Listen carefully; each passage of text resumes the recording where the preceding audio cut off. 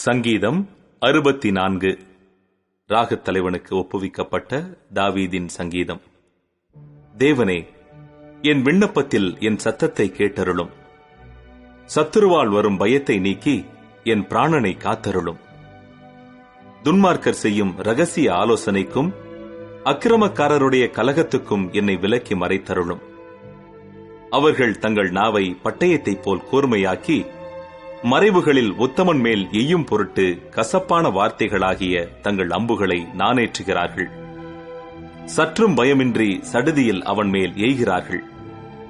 அவர்கள் பொல்லாத காரியத்தில் தங்களை உறுதிப்படுத்திக் கொண்டு மறைவான கண்ணிகளை வைக்க ஆலோசனை பண்ணி அவைகளை காண்பவன் யார் என்கிறார்கள்.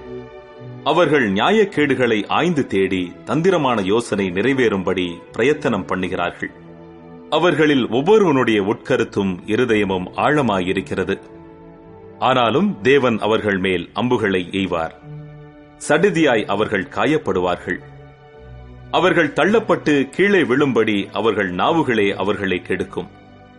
அவர்களை காண்கிற யாவரும் ஓடிப்போவார்கள். எல்லா மனுஷரும் பயந்து தேவனுடைய செயலை அறிவித்து அவர் கிரியையை உணர்ந்து கொள்வார்கள். நீதிமான் கர்த்தருக்குள் மகிழ்ந்து அவரை நம்புவான். செம்மையான இருதயம் உள்ளவர்கள் யாவரும் மேன்மை பாராட்டுவார்கள்.